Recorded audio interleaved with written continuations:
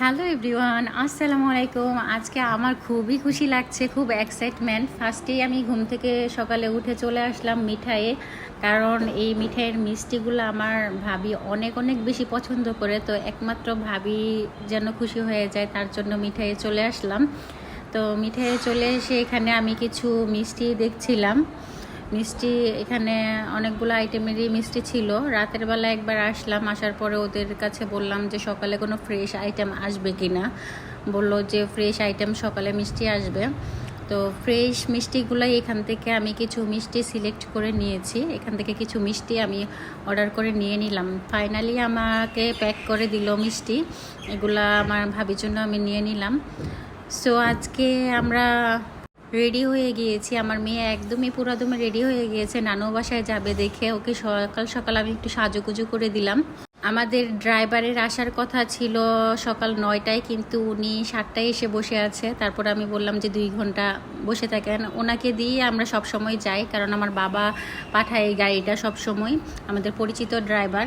তো আমি ইলহাম আরশানের কিছু খেলনাও নিয়ে নিলাম এখানে।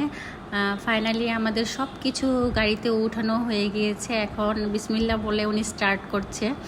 আর গাড়িতে ওঠার পরে আমার 2 বাচ্চা একদমই চুপ হয়ে যায়, দুইজনই একদম অন্যমনস্ক হয়ে যায়, কারণ ওরা গাড়িতে উঠতে অতটা পছন্দ করে না, আমি নিজেও পছন্দ করি না। কিছুক্ষণ যাওয়ার পরে সবাই একদম চুপ হয়ে যায়। এদিকে আমরা কিছু ভিডিও করছিলাম, কিছু ছবি তুলছিলাম। আর পুরো ঢাকার শহরটা এত এত বেশি ফাঁকা ছিল, একদম কোথাও কোনো জ্যাম ছিল না, একদম এক টানে চলে যাচ্ছে গাড়ি। চারদিকে একদমই ফাঁকা, খুব সুন্দর ওয়েদার ছিল।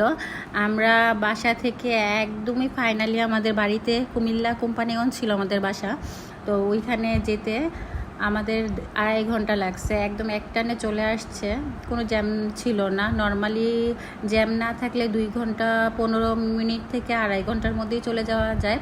ফাইনালি চলে আসলাম আমাদের বাসায়, আমার খুবই এক্সাইটমেন্ট কাজ করছে। আর এদিকে আসার পরে আম্মু ফুল দিয়ে সবাইকে বরণ করে নিয়েছে, আমার বেবিদেরকে, আমার হাজব্যান্ডকে।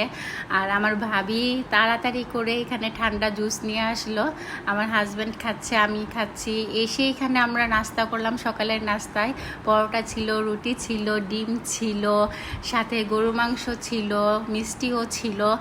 খাওয়া দাওয়া শেষ করে দেন আমাদেরকে চাও দিল। সো আজকের ব্লগটা এই পর্যন্তই। So thanks for watching.